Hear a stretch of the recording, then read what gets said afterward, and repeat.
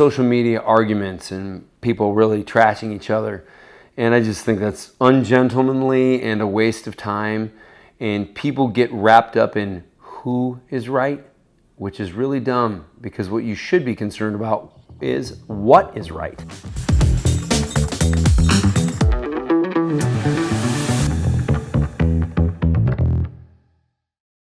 Hi, my name is Jaquish. I'm a doctor of biomedical engineering, which gives me a unique perspective beyond what you see on YouTube from most of the sports scientists that comment on all things fitness related.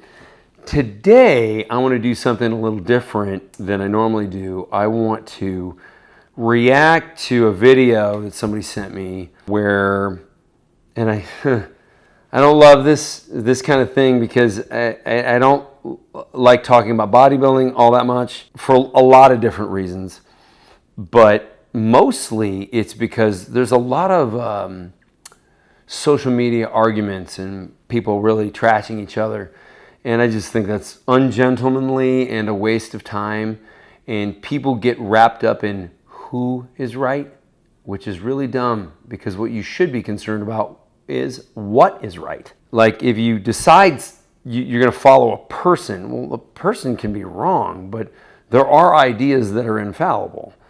So it's a shame if somebody's just so blinded by the overwhelming amount of information that's available on social media that they end up being frustrated and following somebody who's really giving bad advice, which is why we're going to not really jump into the fray, but we're going to take a look at this video. And this is Dorian Yates commenting on Dr. Mike Israetel and and the reason we're doing this is because this is more about the volume versus high intensity scientific issue. What ended up happening was Mike Israetel, he picked a side and he decided that he likes high volume. And everything he talks about is high volume, and he ridicules the people who take the high intensity approach. Well, the problem when you do that is you're ridiculing basically some of the biggest and best ever, including Dorian Yates, Mike Mentzer. Ronnie Coleman was a very high intensity guy. He did a little bit more volume than Dorian Yates, but still, you have to keep in mind that the people who approached it from a strength perspective, which is the same that I approach building strength and muscle from, always do the best. So Mike Israetel was trashing Mike Mentzer, who actually died about a decade ago. Nothing bodybuilding related, congenital heart issue. But Mike Mentzer was famous for saying you really don't need much more than one set per exercise per workout. Even though all of his programs included 2 sets, but they were different exercises, which makes really not much of a difference. So I think sometimes people summarize what Mike Mentzer was talking about into, the one set guy. Well, he was never really a one set guy. And if you look at how Dorian Yates and Mike Mentzer trained together, Dorian did a tiny bit more volume, like maybe 3 sets per body part, but then he hit each body part 1 time per week. So, and then closer to his shows, he'd hit every body part 2 times per week, and there's probably some reasons relating to that have more to do with performance-enhancing drugs than have to do with actual sports performance science that we can get any value out of. But let's watch this video. Who am I compared to Mike Mentzer? I'm bigger and stronger than Mike Mentzer.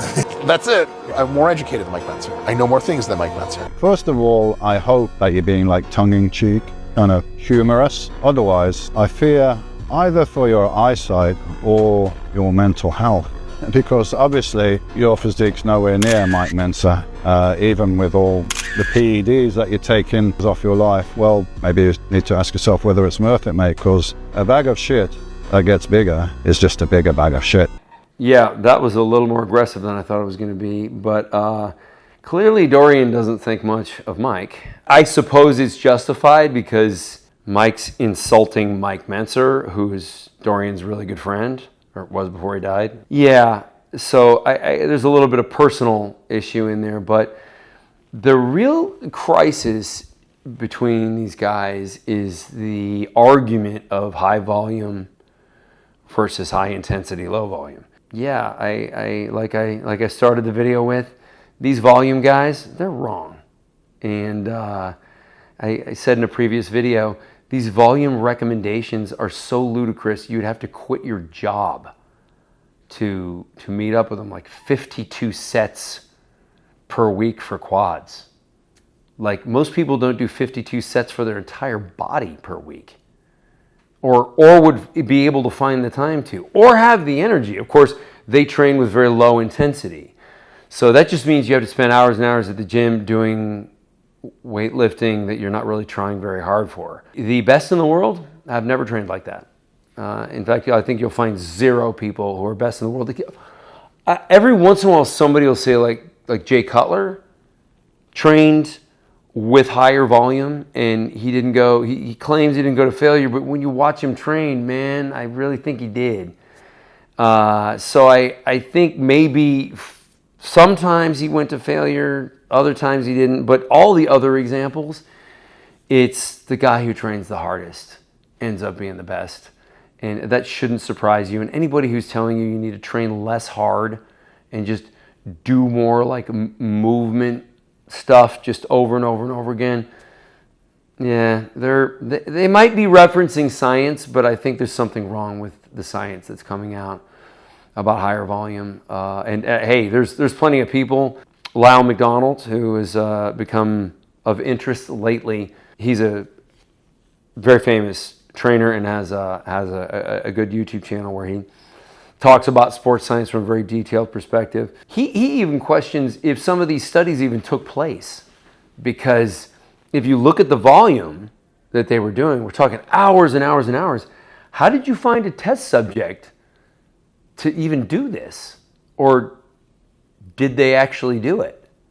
Are you just making this up? So, and I said in a video from about a month ago that I believe the studies actually happened, but since that came out, a bunch of people sent me a bunch of studies, and I see this theme recurring where it's sort of like an almost impossible level of volume is being talked about. Then on top of that, Mike Israetel, he lied about a couple things involving his dissertation that some people complained about. And I don't think it's very fair to beat up on a person for their dissertation, mostly because it's when you get started as a scientist. So like, are you the best you're ever going to be on day one? Well, if you are, then you really suck, because you're supposed to be getting better as you progress in anything you do. So, I mean, okay, his dissertation was, he still maintains that it's a really important piece of science. And I mean, hey dude, that's not true. It's not. I mean, the conclusion statement was that people with bigger muscles are stronger. Like, I wish I were kidding, but no, that's really what it was about. And it was just sort of like a 100-page wandering narrative. Yeah, I don't know, not the best. But I mean, hey, is it PhD quality work? Well, his advisors said it was. So if anybody's really the bad guy, it might be whoever approved that document, because I mean, hey, students turn in lousy work sometimes. It's up to the professor to say, you know, you got to do another draft of this. So I like Mike Israetel. I really like Dorian Yates. And I mean, when it comes to this debate, or pretty much any debate, it's tough. Dorian's a really honest guy, and he was open and honest about all his training, all his PED use, his entire career. He's been in a number of documentaries talking about bodybuilding, talking about the upsides and downsides, and how he handles his training afterward. And it's somebody worth really looking into and admiring, because I think he's great. But just keep this in mind as just yet another piece of evidence of where the higher the people making the higher volume arguments are just, you know, this whole thing was about a personal comparison where Mike Israetel says, I'm better than this other guy who invented this high intensity program. And really it wasn't Mike Mentzer, it was actually Arthur Jones, the founder of Nautilus, and Mike Mentzer and Arthur Jones worked together. So I don't think Mentzer ever claimed to be the guy when it comes to high intensity training. And also the idea that people trained with intensity before the 1970s when he became popular is pretty obvious. Yeah, you never want to be the guy that's like, I'm right because, you know, look at me, like, and you know, you show your biceps. Okay, great. You can have great genetics and train like an idiot. Yeah, it doesn't mean anything. So it's unfortunate, and I think Mike Israetel really needs to rethink his approach to this. And also, his good buddy Jeff Nippert has kind of switched sides in that for years he was preaching ludicrous levels of volume, being in the gym all the time. But he did a video a couple months ago where he cut his training volume in half and continued to progress. Or I guess maybe he said, I didn't lose any muscle. And I was like so surprised. And it's like, yeah, eye roll. Okay. It actually doesn't take very much to maintain muscle once you build it. And he knows that. So I don't really know where he was going with that video, but at least he's willing to acknowledge that there is merit behind these high intensity programs. And I think whereas Nippert's saying there's merit behind both, Yates is saying there's merit behind both and he prefers high intensity. I'm saying there's merit behind both and I prefer high intensity.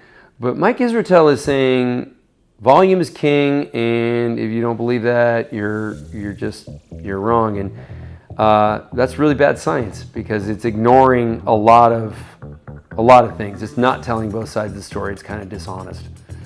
So hope this helps. Ask me anything in the comments. See you on the next one. If this video helped you, I want you to subscribe and follow. I'm going to put out videos on a regular basis. I think they're going to help a whole lot of people, especially if you're one of those people that doesn't just instantly grow from lifting regular weights. We've got the answer for you.